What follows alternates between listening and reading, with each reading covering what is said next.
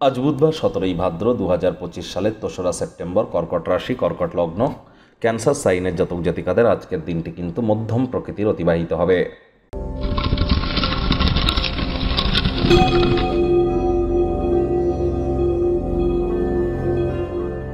ভিডিওটির শুরুতেই আপনাদের সকলকে রাজযোগ চ্যানেলের তরফ থেকে পদ্মা একাদশীর হার্দিক শুভেচ্ছা ও অভিনন্দন রইল। ভগবান হরি বিষ্ণুর উদ্দেশ্যে আজ বলুন ওম নমঃ ভগবতে বাসুদেবায় নমঃ। এটি 108 বার জপ করতে যেন ভুলবেন না। যারা ভগবান শ্রীকৃষ্ণের ভক্ত আছেন তারা বলুন, হে কৃষ্ণ করুণা সিন্ধু দীনবন্ধু জগতপতে গোপেশ গোপিকাকান্ত রাধাকান্ত নমস্তুতে। কোনো কিছু না পড়লে হরে কৃষ্ণ হরে রাম এই মন্ত্রটি কলিযুগের মহামন্ত্র, এটিও আপনারা জপ করতে পারেন। আর যারা একাদশীর মহান ব্রত পালন করছেন, ব্রত পালন করার প্রকৃত পথ জেনে তবেই করবেন। কোনো কিছু পারুন আর না পারুন, রাত্রি জাগরণ করতেই হবে, সাত্ত্বিক জীবন গ্রহণ করতেই হবে, মাটিতে শয়ন করতেই হবে, বিষ্ণু সহস্রনাম কিন্তু জপ করতেই হবে। এগুলি কিন্তু অত্যন্ত গুরুত্বপূর্ণ। আজ সাত্ত্বিক জীবনযাপন গ্রহণ করুন, লাভান্বিত হবেন।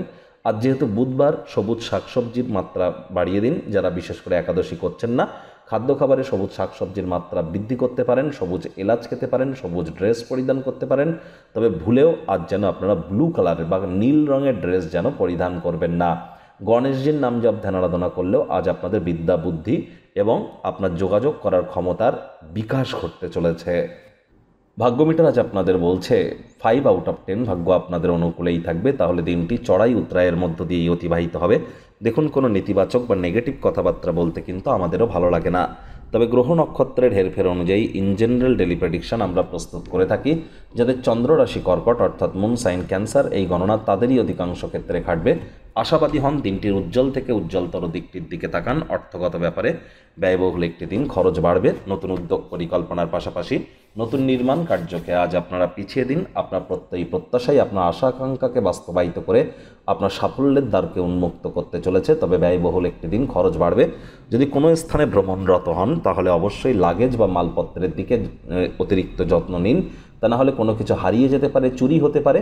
হারিয়ে যাওয়া জিনিসের তদন্ত করতে ভুলবেন না। চাকরিজীবী যারা আছেন, আজ অফিসে বস কলিগদের সাথে ভাব ভালোবাসা বাড়তে পারে। পেশাগত ক্ষেত্রে গুরুত্বপূর্ণ প্রকল্প চয়নের জন্য দিনটি অত্যন্ত শুভ। তাড়াহুড়ো করে কোনো সিদ্ধান্ত নেবেন না, এটি আপনার খারাপ লাগতেই পারে। আজ রাজনীতিবিদ যারা আছেন, জনসংযোগ বৃদ্ধি করেই দেখুন। সমাজে পপুলারিটিও আপনাদের ইনক্রিজ করবে।